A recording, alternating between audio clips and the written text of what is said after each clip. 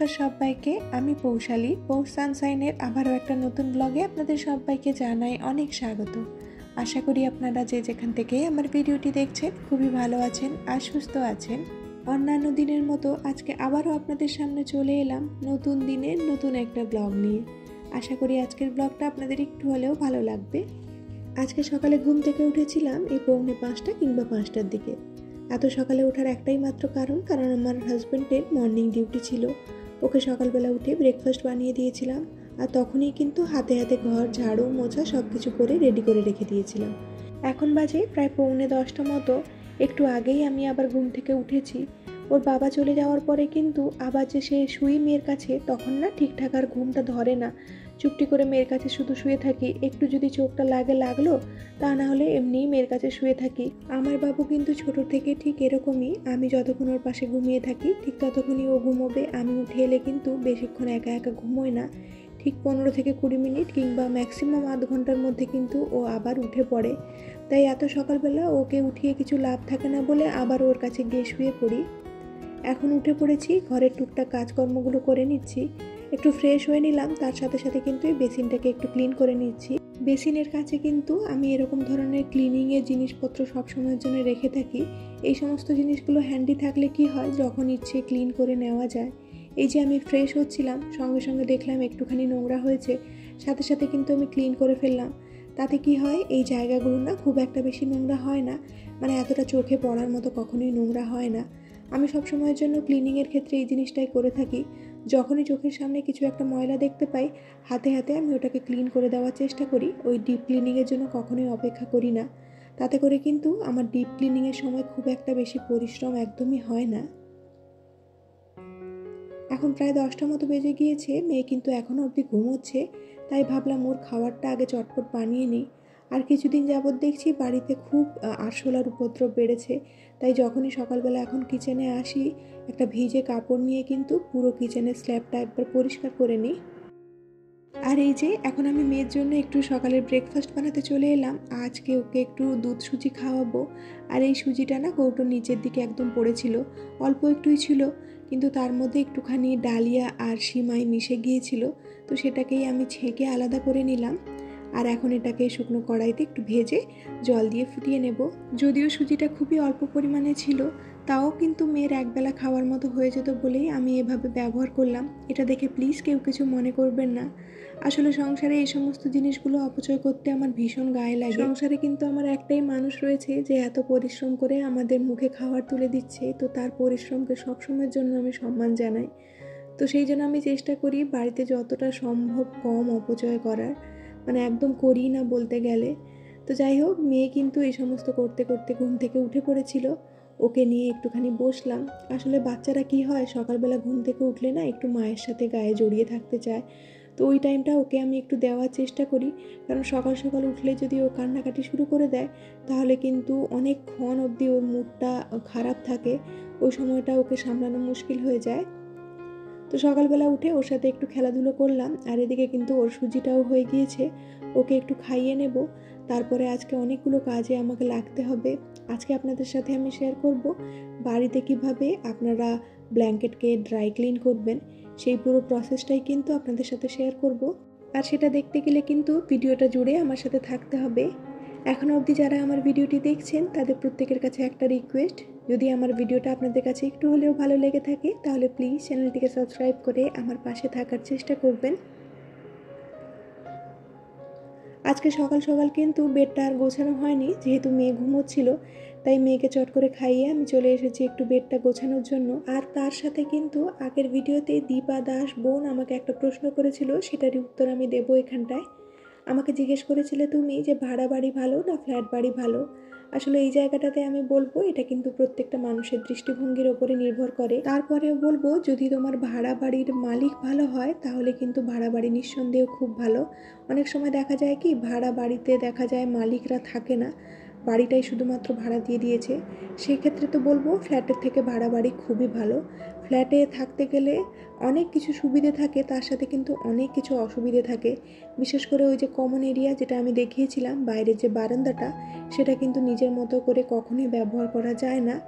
তাছাড়াও অনেক কিছু ব্যাপার রয়েছে। তোমার প্রতিবেশীরা যদি ভালো না হয় তাহলে কিন্তু ফ্ল্যাট বাড়িটা মনে হবে একদম জেলখানার মতো, মানে বাড়ির বাইরেও পা রাখা যায় না, এরকম অনেক সময় দেখা গিয়েছে। আর তাছাড়াও কিন্তু স্ট্যান্ডার্ড ফ্ল্যাটগুলো কি হয়, সাইজে অনেকটা ছোট হয়, 650-700 কিংবা বড়জোর 800 স্কোয়ার ফিটের বাড়ি এই সমস্ত জায়গাতে পাওয়া যায়। আর সেই জায়গায় কি ভাড়া বাড়ি অনেকটা বড় হয়। আর যদি বলো সুবিধের কথা, তাহলে প্রথমেই যেটা মাথায় আসে সেটা হলো এই যে সিকিউরিটির ব্যাপারটা, সেটা কিন্তু ফ্ল্যাট বাড়িতে অনেকটা বেশি থাকে। মানে তুমি যত ইচ্ছে দিনের জন্য বাইরে চলে যেতে পারো বাড়িটাকে খালি রেখে, সেক্ষেত্রে কিন্তু খুব একটা বেশি ভয় পাওয়ার থাকে না, বিশেষ করে যদি সোসাইটিতে তুমি থাকো। আর আমাদের এখানটা আরও একটা সুবিধা রয়েছে কি, লিফট রয়েছে, মানে সিঁড়ির ব্যবহার না করলেও চলে, লিফটে যাতায়াত করা যেতে পারে। যাই হোক, তোমার প্রশ্নের উত্তর আমি যতটা পেরেছি দেওয়ার চেষ্টা করেছি। আরও যদি কিছু জানার থাকে অবশ্যই জানিও, আমি ভিডিওর মাধ্যমে বলার চেষ্টা করব। যাই হোক, আবারও ভিডিওতে ফিরে আসি। একটু আগেই আপনাদেরকে দেখালাম আমি আমার ব্ল্যাঙ্কেটের ওপরে কিন্তু বেকিং সোডাকে ভালোভাবে ডাস্টিং করে দিয়ে এসেছি, মানে ভালোভাবে বেকিং সোডাটা ছড়িয়ে দিয়ে 1 ঘন্টার জন্য ওরকমভাবেই ছেড়ে এসেছি। আর তার মধ্যেখানে এখানে টুকিটাকি কাজগুলো আমি সেরে নিচ্ছি। কালই বাজার থেকে কয়েকটা জিনিসপত্র আনা হয়েছিল, মানে মাসের বাজার। আর তার সাথে কিন্তু মোর থেকে আরও বিগ বাস্কেট থেকে কিছু কিছু জিনিসপত্র অর্ডার দিয়েছিলাম, সেগুলোকেই এখন আমি জায়গাতে রেখে দিচ্ছি। বিশেষ করে এই সমস্ত জিনিসগুলো কিন্তু মেয়ের খাওয়ার জন্যই আনা। মেয়ের খাওয়ার জন্য ওই গোবিন্দভোগ চাল বলুন কিংবা মুগের ডাল আর সুজি, কর্নফ্লেক্স, এগুলো কিন্তু হাতের কাছে সবসময়ের জন্য এক্সট্রা স্টকে আমি রেখে থাকি। আর এখানটা একটুখানি ডাস্টিং আমি করে নিচ্ছি। এই বাস্কেটটার মধ্যে মেয়ের আর মেয়ের বাবার ওষুধগুলো রাখা থাকে, তো সেগুলোকেই কিন্তু মাঝে মাঝে আমাকে চেক করে যেগুলো ফেলার থাকে সেগুলো ফেলতে হয়, আর একটুখানি ধুয়ে মুছে পরিষ্কার করে এই জায়গাটা রাখতে হয়। বাবা মেয়েতে ব্যবহার করে, তো তাই এই জায়গাটা একটু বেশিই নোংরা হয়ে থাকে। দিনে কতবার যে আমি এই জায়গাটা ক্লিন করি তার কোনো ঠিক ঠিকানা নেই। আসতে যেতে এই জায়গাটা আমি সবসময়ের জন্য ক্লিন করতে থাকি, তারপরে গিয়ে এইটুকু ক্লিন অবস্থায় দেখায়। তা না হলে এই ওয়াশিং মেশিনের ওপরের জায়গাটা হচ্ছে আমার বাড়ির সব থেকে নোংরা একটা জায়গা, মানে এই জায়গাটা খুবই ছড়িয়ে ছিটিয়ে থাকে। যাই হোক, এত কিছু কাজকর্ম সেরে এখন আমি ব্রেকফাস্ট করতে চলে এসেছি। আজকে হচ্ছে একাদশী, তাই জন্য কিন্তু আজকে বাড়িতে কোনো রকমের শস্য জাতীয় খাবার হবে না, মানে চাল ডাল এই সমস্ত কিছুই আমরা খাবো না। তো সকাল থেকে একাদশীর দিন আমি ওই দুধ আর আপেল একটু খেয়ে নিয়েছি। অন্যান্য দিন কিন্তু সাবু খেয়ে থাকি, আজকে আর সাবুটা খেতে ইচ্ছে করছিল না, হাজব্যান্ডকে সকালবেলা সাবু মাখা করে দিয়ে দিয়েছি। আজকে আমি একটুখানি দুধ আর আপেল খেয়ে নিলাম। সাধারণত একাদশীর দিন কিন্তু আমার খুব একটা বেশি খিদে পায় না, মানে আমাকে যদি কেউ বলে সারাদিন না খেয়ে থাকতে, শুধুমাত্র জল খেয়ে থাকতে, আমি হয়তো থেকে যাব। কিন্তু যেহেতু এখন ছোট বেবি আছে, ও ফিড করে, তাই ওর জন্যই বিশেষত আমাকে খেতে হয়। আর এই যে এখন আমি এদিকে একটুখানি মাখানা ভেজে নিলাম অল্প একটু ঘিয়ের মধ্যে, তার উপরে অল্প করে একটু সন্দেহ লবণ আমি ছড়িয়ে নিয়েছি। এটা আমি আর মেয়ে দুজনে মিলে একটু খাবো। এরপরে কিন্তু অনেক লম্বা একটা কাজ রয়েছে। ব্ল্যাঙ্কেটটা ক্লিন করতে গেলে কিন্তু শরীরে একটু এনার্জি লাগবে, তাই একটুখানি খাবার দাবার খেয়ে নিলাম। এখন ঘন্টাখানেক হয়ে গিয়েছে, বেকিং সোডাটা কিন্তু ব্ল্যাঙ্কেটের ভেতরে একদম ঢুকে গিয়েছে, আর তার যা কাজ সেটা কিন্তু ভালোভাবেই করে ফেলেছে। এখন এটাকে নিয়ে আমি বারান্দায় চলে এলাম। তো এই জায়গাটায় আমি বলবো, বারান্দা যদি কারো না থাকে, বাড়ির যদি ছাদ থাকে, সেই জায়গায় এই কাজটা গিয়ে করা ভালো। বেকিং সোডাটা যে এভাবে ঝাড়া হয়, জায়গাটা কিন্তু খুব পরিমাণে নোংরা হয়ে যায়। তো এখানটায় আমি খুব ভালোভাবে বেকিং সোডাটাকে ঝেড়ে নিচ্ছি। আর ঝাড়লেই দেখা যায় কি, বেকিং সোডার সাথে কিন্তু খুব বেশি নোংরা বেরোচ্ছে, মানে ব্ল্যাঙ্কেটের ভেতরে যা ময়লা থাকে সেগুলোও বেরিয়ে গেল। তো বেকিং সোডাটা একদম কালো হয়ে বেরিয়েছিল, সেটা আর আপনাদেরকে দেখানো হয়নি। তো এখানটায় আমি একটা সলিউশন বানিয়ে নিচ্ছি। একটুখানি গরম জল নিয়ে নেব, তার মধ্যে দেব আমি 2 প্যাকেট মতো শ্যাম্পু।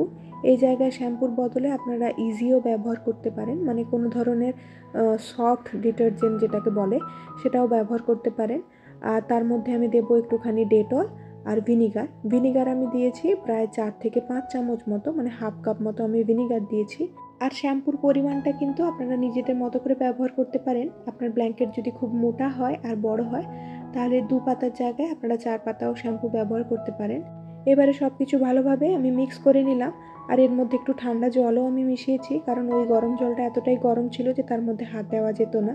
তো এরকম একটা সফট টাওয়াল আমি এর মধ্যে ডুবিয়ে নিলাম, আর টাওয়ালটাকে ভালো করে নিংড়ে নিয়েছি, মানে অল্প পরিমাণে জল থাকবে সেরকম অবস্থাতে নিয়ে নিয়েছি। আর এরকমভাবে ব্ল্যাঙ্কেটের উল্টো দিকে, মানে দেখবেন যেদিকে সুতোগুলো থাকে তার ঠিক উল্টো দিকে এরকমভাবে আপনাকে ঘষতে হবে। যখনই টাওয়েলের মধ্যে ময়লা উঠে আসবে আবারও জলের মধ্যে ডুবিয়ে নেবেন, আবার অল্প করে নিংড়ে এরকমভাবে ঘষতে থাকবেন, মানে যেদিকে তুলো থাকবে তার ঠিক উল্টো দিকে। আশা করি বোঝাতে পারলাম আপনাদেরকে। এই প্রসেসটা ফলো করলে দেখবেন আর যে ময়লাটা রয়েছে না ব্ল্যাঙ্কেটের গায়ে, সেটা কিন্তু ধীরে ধীরে উঠতে শুরু করে দিয়েছে। আর এই প্রসেসটা কিন্তু অনেকটা লম্বা একটা প্রসেস আর খুব হাত ব্যথা করে, তো একটুখানি সময় নিয়ে করবেন আর একটুখানি গায়ে শক্তি নিয়ে করবেন। এটা কিন্তু আমার করতে প্রায় আধ ঘন্টারও বেশি সময় লেগে গিয়েছিল আর হাতটাও ভীষণ ব্যথা হয়ে গিয়েছিল। তবে এই জায়গায় বলবো আপনার পরিশ্রম কিন্তু সার্থক হবে। এই যে দেখুন কতটা ময়লা জল বেরিয়েছে, একদম কালো জল বেরিয়েছে এর মধ্যে থেকে। এই পরিশ্রমটা করলে কিন্তু আর আপনি বাড়িতে বসে বসেই 30 টাকার বদলে 500 টাকা বাঁচিয়ে ফেলতে পারেন। কারণ এখন যদি ব্ল্যাঙ্কেটকে আপনি ড্রাই ওয়াশ করতে দেন তাহলে কিন্তু 450 থেকে 500ই নেবে। আমি কিছুদিন আগে জিজ্ঞেস করে এসেছিলাম, আমাকে তো তাই বলেছে। তো যাই হোক, এখন আমি এটাকে নিয়ে চললুম উপরে রোদে দিতে। মেয়েকে নিয়ে যেহেতু যাচ্ছি তাই এই ব্যাগটাকেই নিয়ে যাচ্ছি, ওকে তো ওখানটায় গিয়ে বসাতে পারবো না। এই যে এখানটায় আমার রোদে দেওয়া হয়ে গিয়েছে, প্রায় ঘন্টা 3 মতো এটা রোদ খাক। ততক্ষণে কিন্তু আমি নিচে নেমে এসেছি। আর এই যে আমি ঝাড়াঝাড়িটা করছিলাম বলে চারিদিকে বেকিং সোডা ছড়িয়ে সাদা সাদা হয়ে গিয়েছে। তো হাতে কাছে যা পেয়েছি সেগুলোকে একটু এই টাওয়ালটা দিয়েই আমি মুছে নিচ্ছি। ওদিকে কাজবাজ সারছিলাম, তার মধ্যে কিন্তু আমি একটা ভুল করে ফেলেছি, হাত দিয়ে একটা কাঁচের বোতল পড়ে এটা ভেঙে গিয়েছে। তো এটাকে এখন আমি ডাস্টবিনে ফেলবো, তার আগে এটাকে একটা মোটা পলিথিনের মধ্যে ভালো করে মুড়ে নিচ্ছি। তো তারপরে আমি ডাস্টবিনে ফেলবো। এই জিনিসটা আজকে আপনাদের সাথে শেয়ার করার আরও একটা কারণ রয়েছে।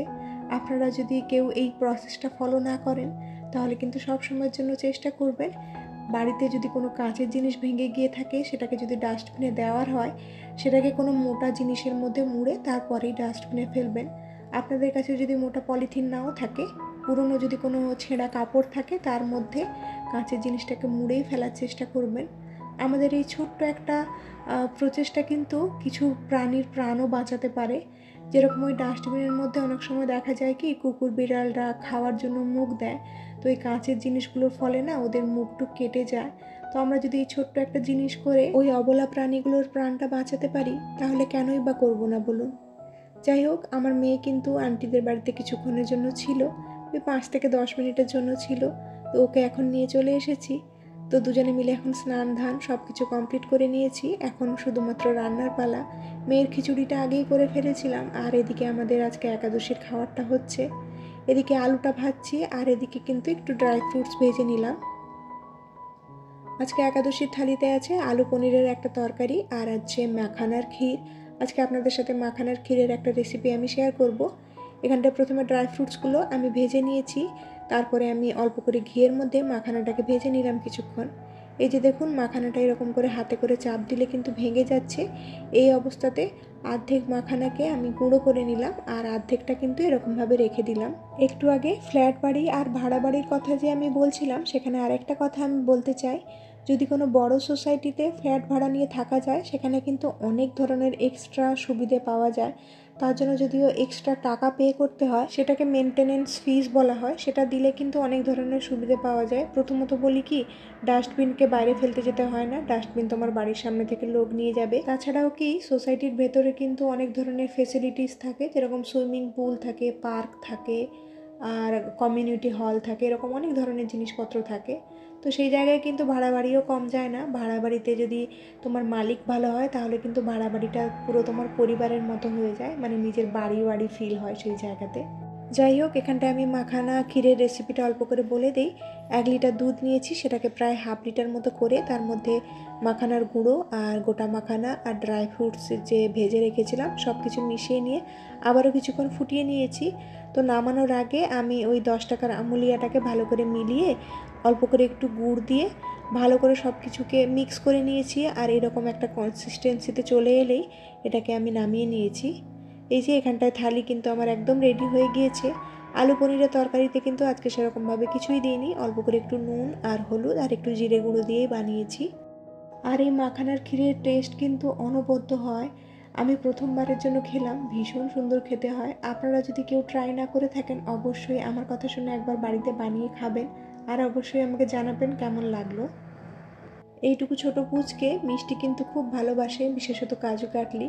তো যাই হোক, আমরা এখানটা লাঞ্চ করি আর তার সাথে সাথে কিন্তু আজকের মতো আপনাদের থেকে এখানেই আমি বিদায় নিচ্ছি। খুব শিগগিরই দেখা হচ্ছে নেক্সট আরেকটি ব্লগে। ততক্ষণের জন্য খুব ভালো থাকবেন, সবাইকে খুব ভালো রাখবেন আর নিজের খুব যত্ন রাখবেন। ভিডিওটি দেখার জন্য অনেক ধন্যবাদ।